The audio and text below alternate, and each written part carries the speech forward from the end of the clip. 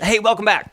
In this video, we're going to talk about low cobra, also known as locust, cobra, and upward facing dog. These are the next steps after chaturanga. So if you haven't watched chaturanga and you haven't watched upward hands and forward fold, go ahead and give those a check. If you feel comfortable with your chaturangas and you feel comfortable with your upward hands and forward fold, then go ahead and just keep watching this video. The most important thing is that you understand all the essential elements of Sun Salutation A before we actually go through them.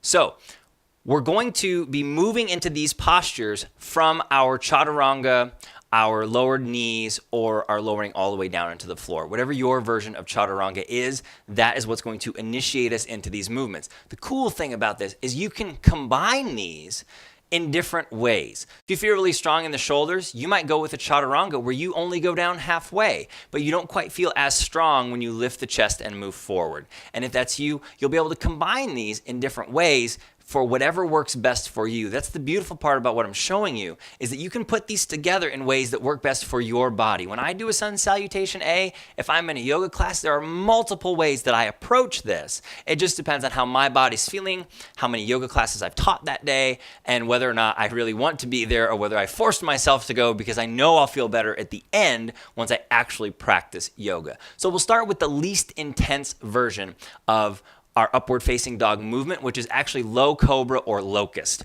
The way we'll get there is we'll start with the least intense version of chaturanga, so you can see how you'll put this together. With the knees back and the shoulders over the hips, with the knees back and the shoulders over the wrists, we'll bend the elbows and come all the way to the floor. Once we're all the way to the floor, move this block out of the way.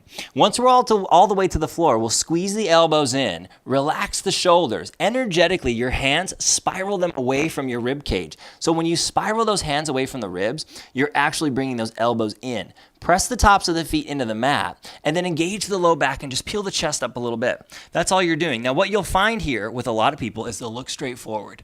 Don't look straight forward. It puts a lot of pressure on your neck and doesn't do anything for the pose. So instead, keep the back of the neck long, press the hips into the mat, lift the chest a little bit higher, squeeze those elbows in, relax the shoulders, and you're in low cobra. And then from here, you exhale, you'll come down, and then we'll make the transition into downward facing dog. But that, dear yogi, is for another video.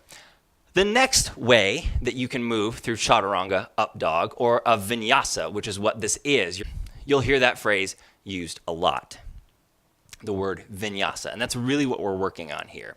And every yoga teacher uses the word vinyasa in different ways. So you kind of never know what everyone's going to do. The cool thing about what we're doing here and the program that you're now part of is that what I say is very consistent with what I say through all my videos. So you'll get the idea of this as we go. This might be crazy surprising to you, or this might be really intimidating for you at first, but I promise you, if you stick with it, you'll get it. And remember, as always, if you have questions, you can email me. So your next intense version, the moderate version of chaturanga to up dog, is as we step back, we'll come back to a plank, and then as we exhale, we'll lower all the way to the floor, squeezing the elbows in. Just like we did earlier, pointing those toes back, squeeze the elbows. Now for cobra, press those hips into the floor and then straighten the arms about halfway. Now, depending on how flexible you are and how long your arms are, you might be able to straighten the arms all the way. I can't straighten my arms all the way in cobra because I have long arms. So instead, I have to squeeze my elbows in and relax my shoulders. So instead of my shoulders up and my elbows out, squeeze those elbows in, relax the shoulders.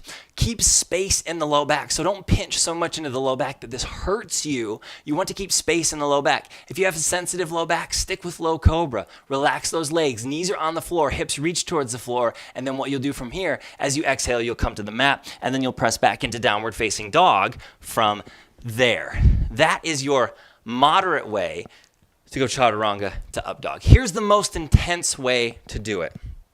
Once you feel comfortable with the shoulder strength and the movement in upward facing dog, then you'll be able to try your vinyasa this way. From a plank position with the shoulders over the wrists, pressing back through the heels, engaging the thighs, tuck that tailbone in slightly, engage the belly. As you exhale, you'll bend those elbows and come halfway down. Now as you inhale, you'll press forward to the tops of the feet. Straighten the arms and lift the chest for upward facing dog. As you do this, you'll notice that my knees are lifted off the floor. My hips are drawing to the mat. My shoulders aren't slumped down. I'm not a turtle in the shell. I actually have my hands pressed into the mat with a long spine. Some of you will find it okay to look up towards the sky. If that hurts your neck, then just stay looking forward. From here, we'll roll back on our toes and eventually arrive into downward facing dog, which is what you'll want to watch next if you're still working through the sun salutation A sequence. As always, if you have any questions, let me know. Thanks for watching.